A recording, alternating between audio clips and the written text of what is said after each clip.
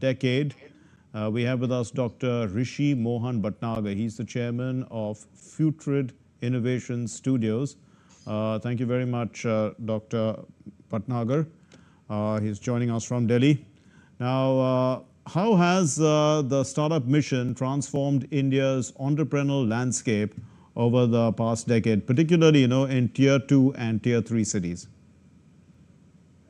Yeah, it has been a very big success. 10 years, from 4 unicorns, we have now 128 unicorns. From say 400, 500 startups, we have 200,000 plus startups in the last 10 years. The biggest thing is that the Indians, the young Indians, the young entrepreneurial Indians, that innovative Indians have been given an opportunity. They have been given an ecosystem. They have given an encouragement so that they can start working on something which is a transformative new opportunities.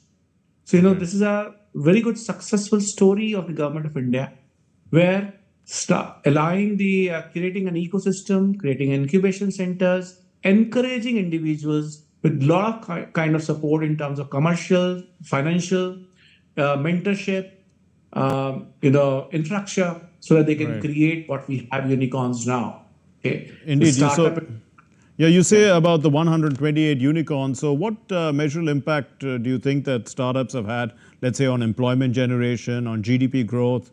And how does this compare with the global startup hubs like Silicon Valley? Also, women-led development. We have 46%, in fact, of the startups have women leaders. Yeah. Go ahead, sir. Yeah. We are now third largest startup ecosystem in the world. Okay. That has taken us to a very unique position where earlier we used to be considered as people who are working only on the system integration, people who are going to work of what new initiatives taken by the Western world, and we are going to do the back-end jobs. Now we are leading it. These 127 unicorns are really participating a lot in the GDP of the India, creating huge amount of jobs and new kind of ideas that can create some large changes, large transformation across globe. And when you think about 46% of these are Indian women, that again going to change the way we have been thinking about the growth strategy and the kind of initiatives we have for women. I just want to share one thing. Sure, go ahead. For 1500 years, 500 BC till 1000 AD, India used to be led by the entrepreneurs, and we were doing innovations, research, and designs. And our spices, our textile, our gems and jewelries, our metallurgy used to lead the whole world, and we are the 38% of the global GDP. Between 30 to 38% of the GDP is what global GDP is used to have, and that all used to be because of the innovations, the kind of design and the research that were happening in the country. And majority of them were led by women, because it was the women at home that used to take care of the businesses, setups, and skills. And men used to go out for trade. Indeed. So this is now repeated. So indeed, that is the lesson, of course, from the ancient past, and one should always treasure our heritage. But, when we look at the current times, government interventions, funding, incubators, tax breaks, how effective have they been, in bridging the gaps, let's say, that a young entrepreneur had, or giving them confidence? In 2016, I was the one who led the first startup awards in India. Okay. You can imagine that today, it is 16th of January, and in the month of October that year, we did our first startup awards in 2016. Okay. And that time, asking for nomination and calling people for nomination was something which was a big task for us. Okay. And getting people to come and exhibit in the startup was something which we had to do huge amount of job. As the Honorable Prime Minister said today, that there were only 500, 600 people sitting in the Vigyan Bhavan when he announced the startup mission. But today, the hall was full and the Bharat Mandapam was getting smaller for the amount of people who are working. With 200,000 plus startups in India, it has changed the whole landscape. So not only that's the financial perspective, where we are able to give funds to the young entrepreneurs with good ideas to work on. But in addition, how we have been able, the country has been able to solve and reduce the the kind of support required in terms of legal approvals, company formation.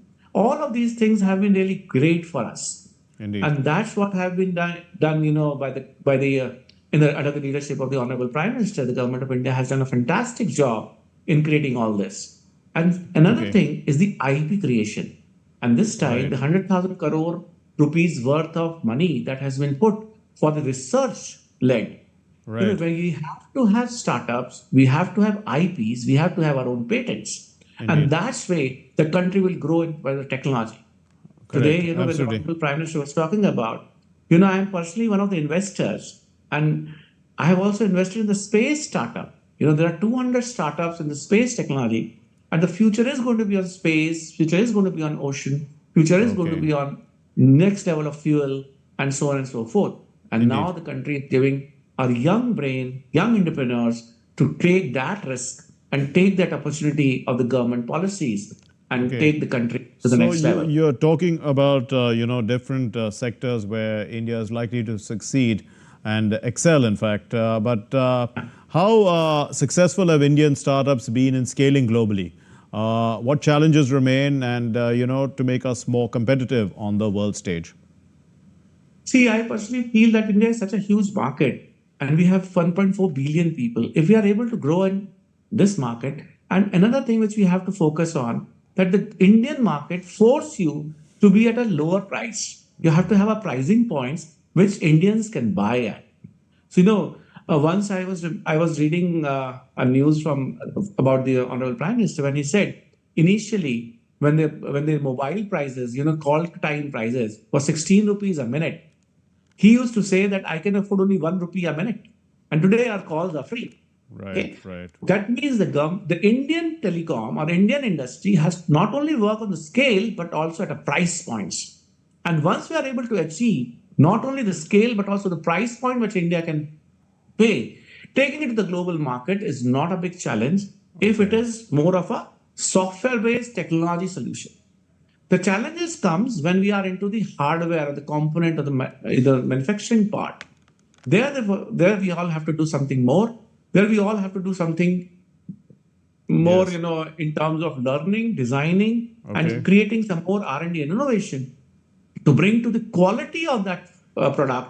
We have been initial from the very start. Indians have always been very good in creating soft products. Yes. Software. We have been Yes. a Right. we are Software as a largest service, SI in the indeed. world. SaaS. Yeah. Yeah. Right. Yeah. But the moment it comes to creating design for a product, which is a hardware, it's a manufacturing thing, Yes. there we are still learning. And Okay. there, how to scale the challenge and taking it to the global level is something where we have to learn a bit more, and Indeed. we require some more support and guidance and some support from the government of So India to exactly. help us. So let's look then at priorities for Startup India mission going ahead, because I mean 1 decade old, but still I mean India is looking at Yeah. the vision of Viksit Bharat 2047. So obviously I mean we require a lot more startups and that momentum to be sustained. So what do you think Startup Mission really needs to prioritize on? See, as the Honorable Prime Minister also said today, that while we are thinking about X amount of GPUs for AI, we have been able to give more to the people. Okay, that's a very big initiative. That's a very good thing to talk and to say. But the amount of startups needing more GPUs and the cost at which they are still getting it is quite high. So the cost price of the infrastructure requirement for creating some more innovative ideas is something which is high, and we need to see how can we deliver it. The another thing which we have to see is who is getting these, Yes. the infrastructure, whether they are some internationally funded organization or it's only the top tier one, tier two colleges and institutes, or people in the tier two, tier three cities Yes. who have much more, appetite to grow and which needs much more support from the country. Right. Okay, We so that's one part, but especially on the manufacturing. yeah. Go ahead, sir.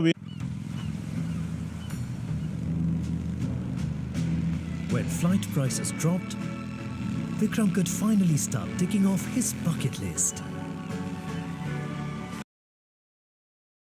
Expedia, made to travel. I think you've given us a clear perspective, about India's startup mission and its achievements over the last 10 years, and also, some sort of focus ahead. Thanks for being with us. Dr. Rishi Bhatnagar, expert on the tech sector, chairman of Futrid Innovations Solutions. Moving on to our next